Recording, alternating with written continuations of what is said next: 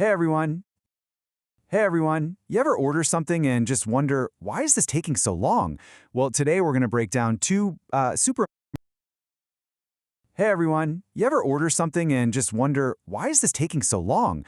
Well, today we're going to break down two super important but often confused metrics that answer exactly that: lead time and cycle time. And trust me, getting a handle on these two can totally change the game for any business.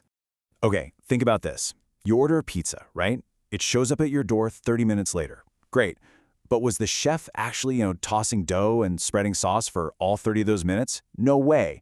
That gap, the one between how long you waited and how long it actually took to make, that's the heart of what we're digging into today. All right, so let's start with lead time.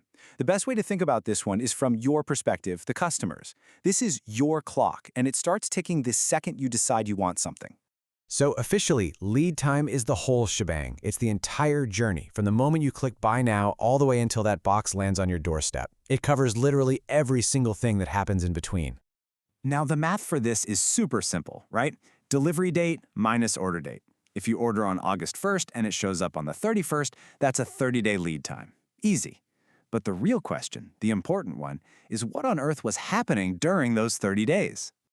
And this is where you find all that hidden time. See, lead time isn't just about making the thing. It's all the stuff before and after.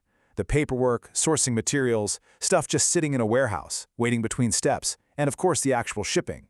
It's the entire sprawling journey. Okay, so we've covered the customer's clock. Now let's flip the script and look at the maker's clock. We're going to zoom in on the actual doing, and that, my friends, is called cycle time. And here is the absolute key difference. Lead time starts when the order is placed, but cycle time, it doesn't start until someone is actively working on it. It completely ignores all the waiting around, all the approvals, all the time it sits in a queue. It is just pure, focused, hands-on work. And the formula for it is just as focused. Let's say a factory is running for 8 hours, and it churns out 400 widgets. You just divide the total time by the number of units. That gives you a cycle time of 1.2 minutes per widget. It tells you exactly how fast one item gets made once the work actually begins. This quote just nails it, doesn't it? Cycle time is all about the execution. So think of it like this. Lead time is the entire movie, from opening credits to the very end. Cycle time, well, that's just the action scenes. It's the part where the thing is actually being built, coded, or, in our earlier example, cooked. Okay, theory's great, but let's see these two concepts go head-to-head in a scenario we all get: ordering food at a restaurant. This is where it's all going to click. See, there are two totally separate clocks running here. Your lead time clock, the customer's clock, starts the second the words leave your mouth. It includes the server taking the order to the kitchen, the ticket waiting in line, all of that. But the chef's cycle time clock, that only starts when they actually fire up the pan.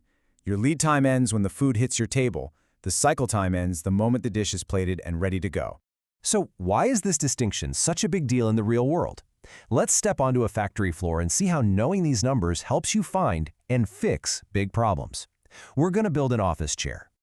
Okay, so our little assembly line is pretty simple. Just 3 steps. Step 1, assemble the seat. Step 2, attach the arms. And step 3, fit the base and wheels. Each station has its own worker. Now, let's get out our stopwatches. So let's look at the times. Assembling the seat takes a respectable 6 seconds. Fitting the base, even faster, just 5 seconds. But then we get to attaching the arms, and that takes a full 8 seconds. Uh-oh, we've just found our bottleneck. It's the single slowest part of the entire process. And this shows us a really powerful concept, the theory of constraints. Basically, a chain is only as strong as its weakest link. It doesn't matter one bit that the other 2 stations are faster. A finished chair can only roll off this assembly line every 8 seconds, because that's the pace being set by our slowest step. The cycle time for the whole system is always going to be the time of its biggest bottleneck. Okay, so we've defined the terms, we've walked through some clear examples. Let's tie it all together and talk about the actual payoff. Why should you care about tracking both of these numbers? This is where the magic happens. By tracking your cycle time, you can pinpoint that 8-second bottleneck and figure out how to speed it up. And by tracking your lead time, you can give customers delivery dates you can actually hit, which builds a ton of trust. When you use them together, you can slash waste, lower your costs, and build a seriously efficient operation, from the first click to the final delivery. When you really look at it, a huge, huge chunk of lead time is just waiting time, stuff sitting around. So the question I want to leave you with is this. In your own work, in your projects, maybe even in your daily routine, where is the waiting time hiding? And what could you do to start shrinking it?